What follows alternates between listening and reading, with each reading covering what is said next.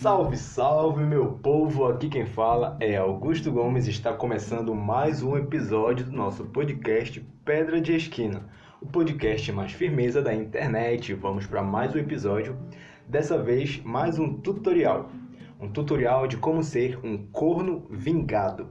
Antes disso, vou soltar uma bomba. Não tenho orgulho, mas sim, já fui corno. Vou falar um pouco mais disso no meio do episódio, mais lá pro final. Mas para começar, o que é ser corno?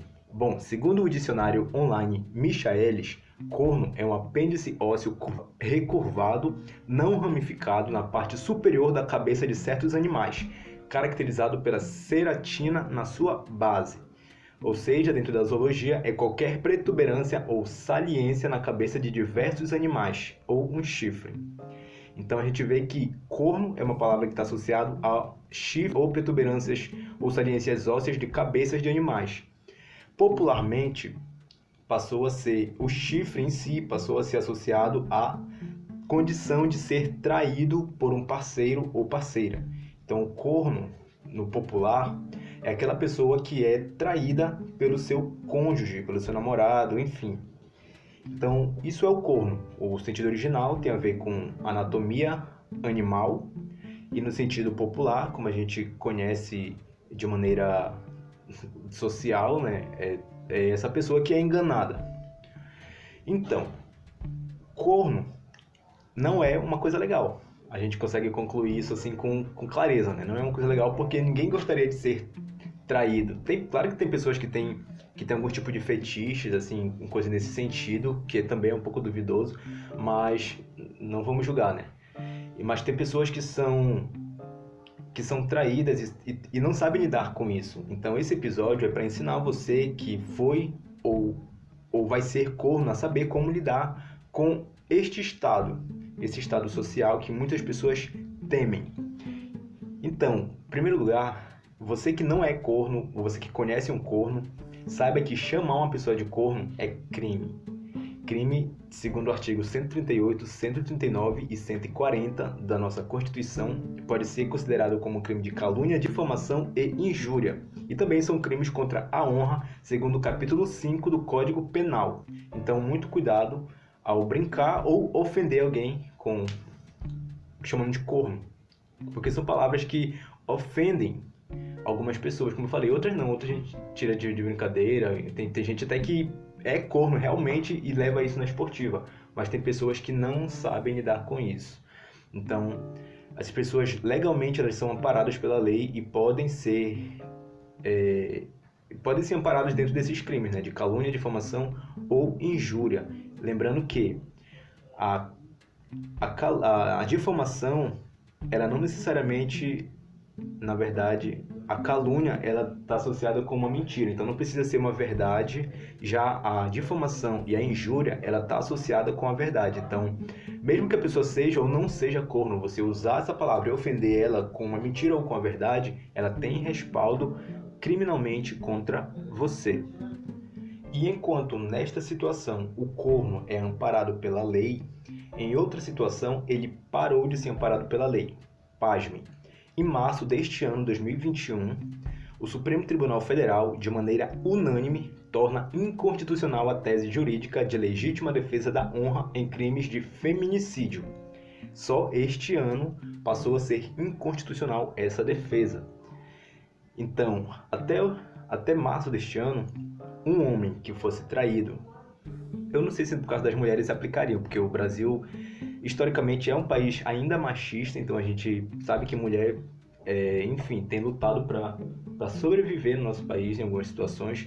Então até março, o homem que foi traído, ele poderia matar a mulher, a sua ex-mulher nesse caso, né? Alegando que seria legítima defesa da honra, porque a traição feriu a honra dele. Em muitos casos, mesmo que fosse uma traição, um chumbo trocado, que é muito comum, né? Às vezes tem mulher que nem tem a intenção de trair, às vezes trai porque quer se vingar do homem. Então esse também é um tópico que a gente vai falar sobre ser um corno vingado. E essa mulher, muitas vezes, ela era morta porque o homem achava que era inadmissível ser traído, mesmo que ele traísse ou não.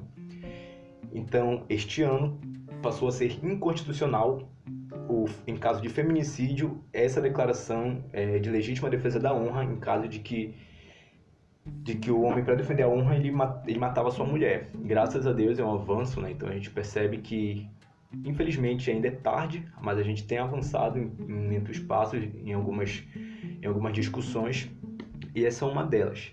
Então, o corno, ele não pode ser chamado de corno, mas o que ele faz enquanto corno?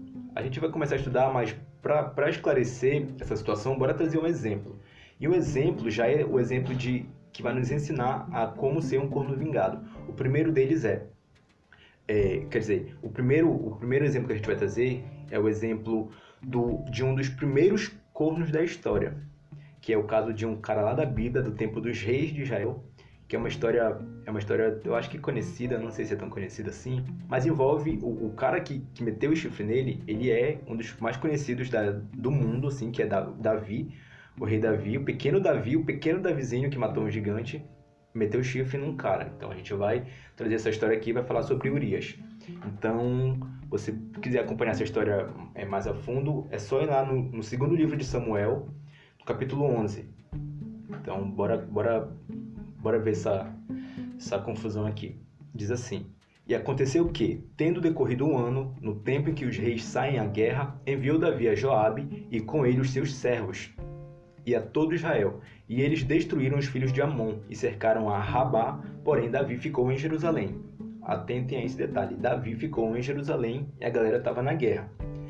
E aconteceu que numa tarde, Davi se levantou do seu leito e andava passeando no terraço da casa real, e viu do terraço uma mulher que se estava lavando, e era esta mulher muito formosa à vista. E mandou Davi indagar quem era aquela mulher, e disseram: Porventura não é esta Batseba, filha de Eliã, mulher de Urias, o Heteu? Então ele olhou a mulher, se sentiu interessado por ela, perguntou: quem é essa daí? Falaram, deram o currículo dela. Ela é Batseba, filha de Eliã, mulher de Urias, o Heteu. Deram mais detalhes sobre o marido dela do que ela, porque questões de importâncias de gênero, né? Então, ele sabia quem era ela, que ela era de Urias, que ela era filha de Eliã, mas Davi, bora ver o que ele fez. Então enviou Davi mensageiros e mandou trazê-la, e ela veio. E ele se deitou com ela, pois já estava purificada da sua imundície. Então voltou ela para sua casa. E a mulher concebeu e mandou dizer a Davi: estou grávida.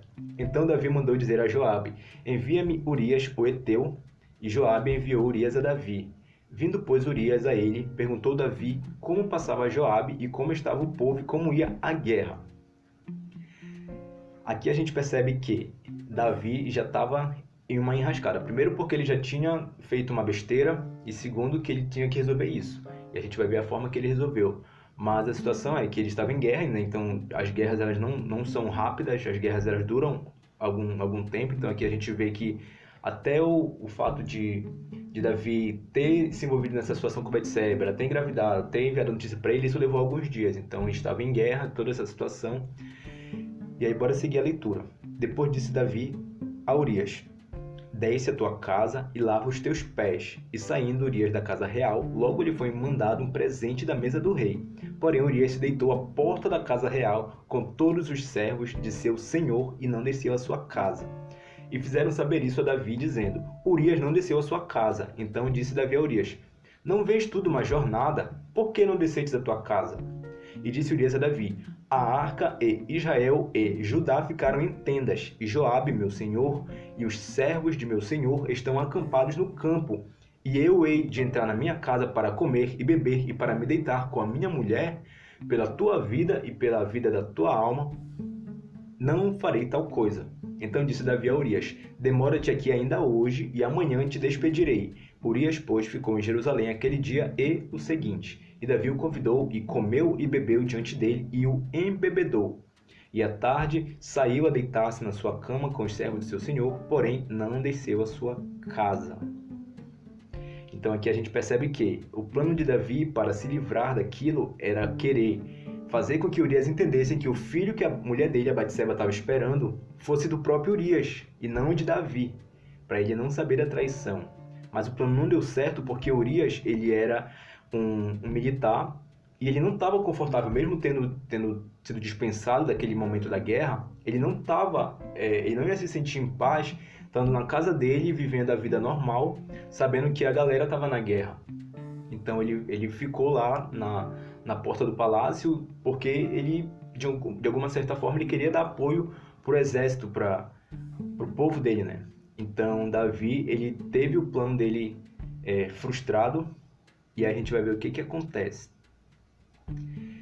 E sucedeu pela manhã, Davi escreveu uma carta a Joabe. Joabe aqui, o chefe que estava comandando a guerra, estava na frente da batalha lá. E mandou-lhe por mão de Urias. Escreveu na carta dizendo: põe Urias na frente da maior força da peleja e retirai-o de trás dele, para que seja ferido e morra. Foi muito claro, Davi era o último plano dele, já que ele não conseguiu fazer com que Urias acreditasse que o filho que a mulher dele estava esperando era dele e não de Davi, o que era real. Davi falou: vou matar ele então. Aconteceu, pois, que, tendo Joabe observado bem a cidade, pôs a Urias no lugar onde sabia que havia homens valentes. E saindo os homens da cidade, pelejando com Joabe, caíram alguns do povo dos servos de Davi, e morreu também Urias, o heteu. Então enviou Joabe e fez saber a Davi todo o sucesso daquela peleja. Infelizmente, temos um corno morto a essa altura do campeonato. Então, como que ele vai se vingar? Calma, bora acompanhar o resto da história. Os últimos versículos, 26 e 27. Ouvindo, pois, a mulher de Urias que seu marido era morto, lamentou a seu senhor. E passando o luto, enviou Davi e a recolheu em sua casa. Ele foi por mulher e deu-lhe à luz um filho. Porém, esta coisa que Davi fez pareceu mal aos olhos do Senhor. Aqui vem a vingança de Urias. Por quê? Essa situação de Betseba, ela é uma situação que eu acho muito interessante. Para mim é um enredo de novela. Um rei vê uma mulher, para ele só ia ficar com ela, ele não tinha interesses em outros, até porque ele era casado, então pela lei nem estava disponível, né? E acabou que deu ruim. Ele ficou com ela, só que ela acabou engravidando, e aí o BO tava montado, né? O golpe tava aí, ele quis, ele caiu, e aí a gente vê todo o rolê que vai ser para ele resolver essa situação. E o que acontece? No final das contas, ele acaba armando para matar Urias. Então, uma ficada, ele foi acumulando erros atrás de erros. Então, ao invés dele só ter metido o chifre em Urias, ele acabou assassinando o cara. Então, eram dois crimes que ele tinha na costa. Ele ainda tinha que sustentar diante da sociedade que o filho que a Betseba estava esperando, que era daquela época, daquele período, porque oficialmente ele tomou ela por mulher, porque ela já era viúva, então ela estava disponível a partir daquele momento. Então Davi socialmente estava tranquilo, ele poderia engravidar, era a mulher dele, mas aquela gravidez ela já vinha de antes, então era fruto de uma traição. E a gente percebe que aqui Samuel lhe deixa claro que esta coisa que Davi fez pareceu mal aos olhos do Senhor. E a gente vai ver pela história, que eu não vou trazer aqui, porque isso vai demandar muito tempo, porque os próximos passos dessa situação, a vingança de Deus, que Deus faz para vingar Urias de Davi, é muito, muito, muito interessante. É um rolê muito grande. Inclusive, eu falo muito sobre esse desenrolar dessa história no episódio aqui do podcast, que é o tutorial de como pecar. Lá eu falo muito sobre isso, eu lembrei agora. E aí, então agora eu não vou entrar em detalhes, mas o que acontece? Davi ele vai pagar muito caro por isso. Então Urias vai ser vingado. Por quê? Porque a vingança, ela não deveria ser dos homens, em primeiro lugar, nem dos fiéis que recebem fidelidade e nem dos cornos. A vingança, a gente tem que colocar ela diante de Deus. Porque aqui, ó, Salmos, eu não sei se é de Davi esse salmo, Salmos 9, versículo 8, diz assim: Ele mesmo julga o mundo com justiça e governa os povos com retidão. Eu não tenho certeza se foi Davi que escreveu esse, mas aqui a gente vê um salmista falando sobre a justiça de Deus e a retidão. E Deus ele não pode negar-se a si mesmo. Então Deus ele é justo. Ele é justo, ele faz justiça diante dos homens. talvez, para nossa perspectiva como homem, a justiça de Deus, ela é falha. Por quê? Porque a gente consegue presenciar na nossa vida, no nosso dia a dia, muitas situações de injustiça. Por exemplo, uma criança ser abusada sexualmente, ou uma criança ser assassinada. Por exemplo, a gente vê o caso do Henry, que é um caso recente de um garotinho que foi assassinado. E isso comove as pessoas porque parece que a injustiça ela existe, parece que Deus ele não está nem aí para os homens. Mas Deus ele governa com justiça, só que na nossa perspectiva a gente não entende. E muito do resultado dessa ação justa, a culpa, a absolvição, o juízo em si, ele vai se misturar tanto no físico, como diz o ditado, né? Que se faz aqui se paga. Isso a gente consegue perceber que, às vezes, diante dos próprios homens ou diante dos próprios sistemas, a gente consegue ver a justiça sendo feita. E muitas das vezes isso vai acontecer também no âmbito espiritual, porque a gente percebe que nem tudo está no nosso controle. A gente não enxerga da mesma forma geral em que tudo acontece. E muitas das vezes a gente a gente se frustra com Deus porque a gente não entende a forma como Ele pensa. Ainda bem. E aí, isso faz com que a gente necessariamente mantenha a fé. A fé que? A fé na justiça, nos atributos dele, porque isso não vai mudar. Não vai chegar um momento em que ele vai ser comprado pela corrupção, como a gente percebe, por exemplo, diante dos homens, que os homens eles acabam muitas das vezes sendo pessoas íntegras e em algumas situações da vida, como diz outro ditado, né? A situação faz o ladrão, e tem pessoas que passam uma vida como pessoa íntegra, em determinado momento a pessoa se dobra para a corrupção. Mas Deus não, Deus ele não tem possibilidade de acontecer isso, porque ele não pode negar-se a si mesmo. Então todos os atributos deles são eternos, e um desses é a justiça. E o que acontece? A gente precisa entender. Na verdade, eu vou trazer agora o meu exemplo, falar como aconteceu na minha vida. Eu penso dessa seguinte maneira: a vida ela é muito curta para a gente se prender tanto ao passado, quanto se prender às coisas que a gente vem enfrentando de ruim, ou enfim. O passado, ele...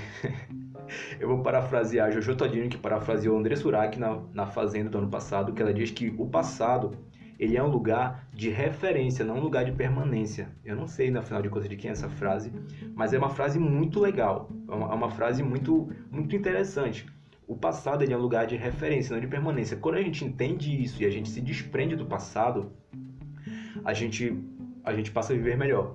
Porque assim, eu lembro que o meu primeiro namoro, eu comecei a namorar com 15 anos, então praticamente eu me considerava uma criança.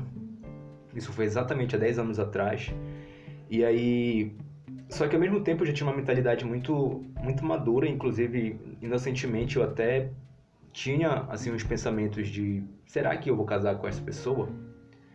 Só que, inclusive, uma conversa sobre esse tema, eu descobri que não era um plano dela, mas pra mim também era de boa. Eu era tipo uma criança, né? Então, apesar de ter aquela inocência, eu sabia que aquilo não ia me afetar de qualquer forma. Mas era uma pessoa que eu gostava da companhia, gostava das aventuras, e aí a gente continuou, mesmo sem essa perspectiva de que dali seria um casamento. E a gente teve muitas idas e vindas. E chegou um momento em que a gente ficava mais pela emoção, assim, de ficar, sabe? A gente namorava, tinha um sentimento, mas era mais pela questão da adrenalina. Não tinha essa preocupação, assim, essa fidelidade, pelo menos da minha parte tinha.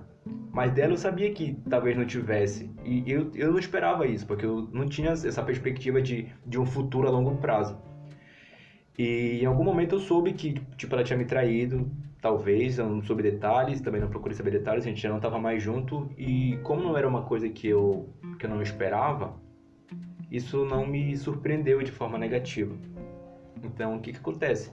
No final das contas, eu sei que quem sai perdendo, não que eu seja arrogante, mas eu sei que eu sou uma pessoa fiel, assim, eu sei que eu sou uma pessoa esforçada nas minhas amizades, nas minhas relações como um todo. Então eu sei que no final das contas, quem vai sair perdendo vai ser a pessoa, porque eu vou conseguir colocar uma pedra em cima daquilo e me desvencilhar desse passado e vou seguir a minha vida.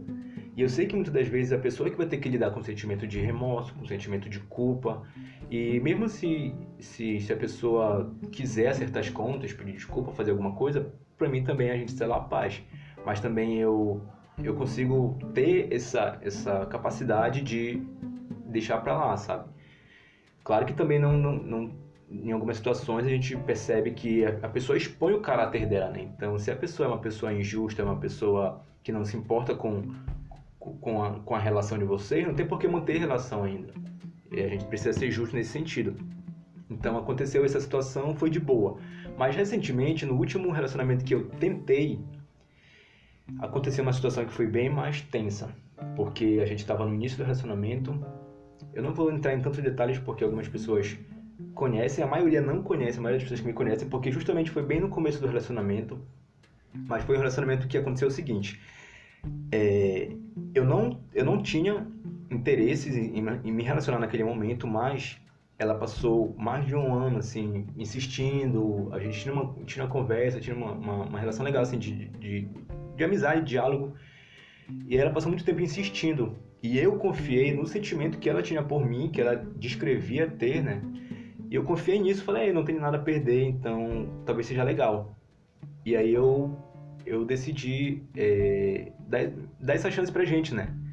E em cerca de 2 meses aconteceu uma das assim, situações mais perturbadoras da minha vida, assim, porque a gente começou a namorar uma semana, eu precisei fazer uma viagem de um mês, e quando eu voltei depois de mais uma semana, ela terminou comigo.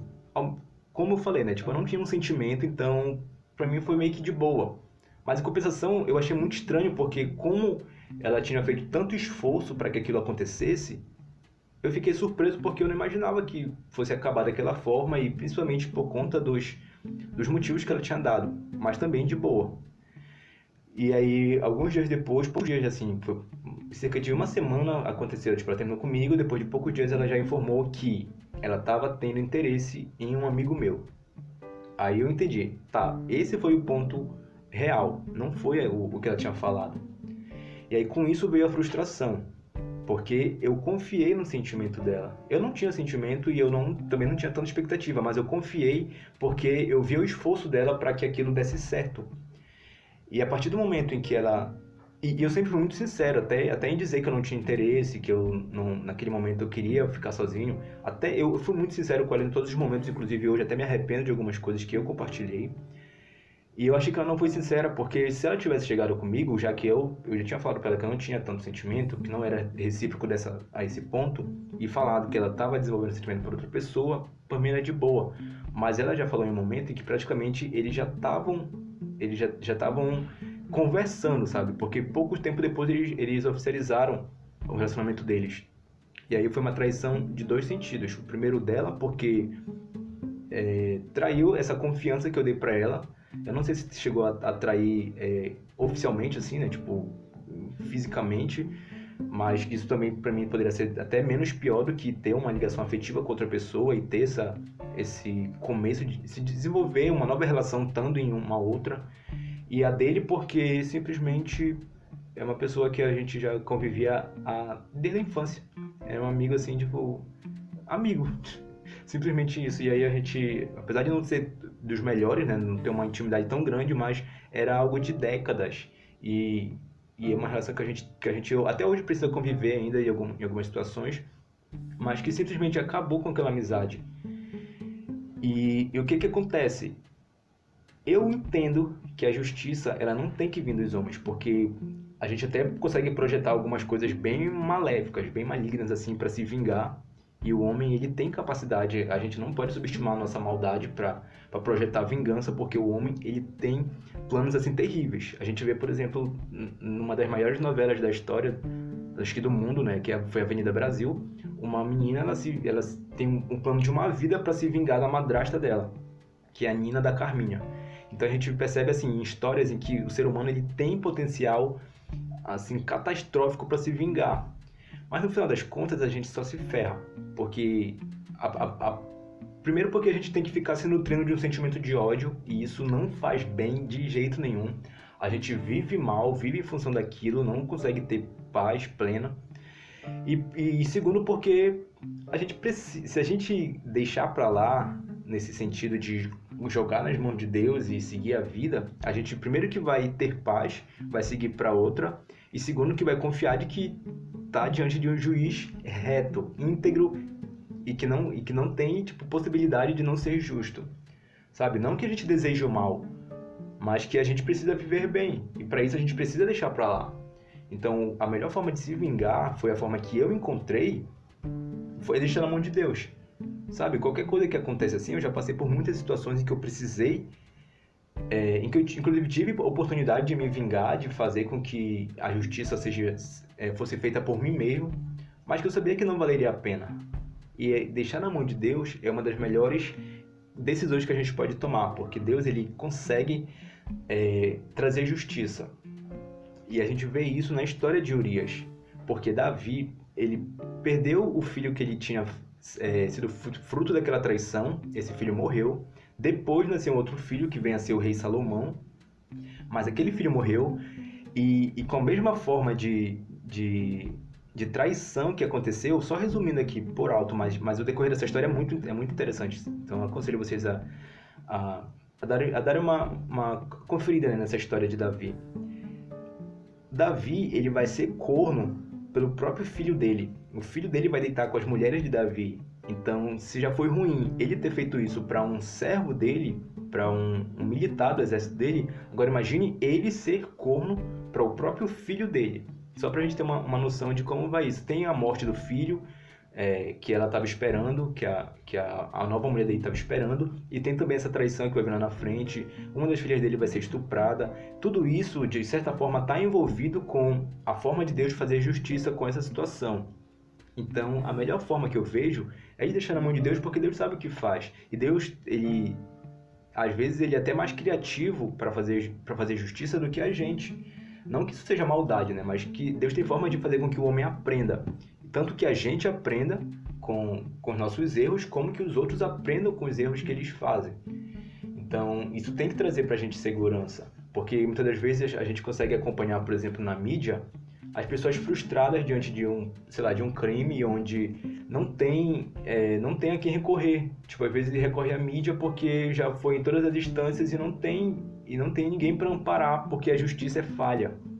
Hoje mesmo, tipo, eu tô aqui no meu trabalho ainda, pra quem não sabe, eu trabalho numa emissora de TV, e hoje eu tô tava trabalhando nos bastidores de um programa que vai ao ar amanhã, falando sobre causa indígena.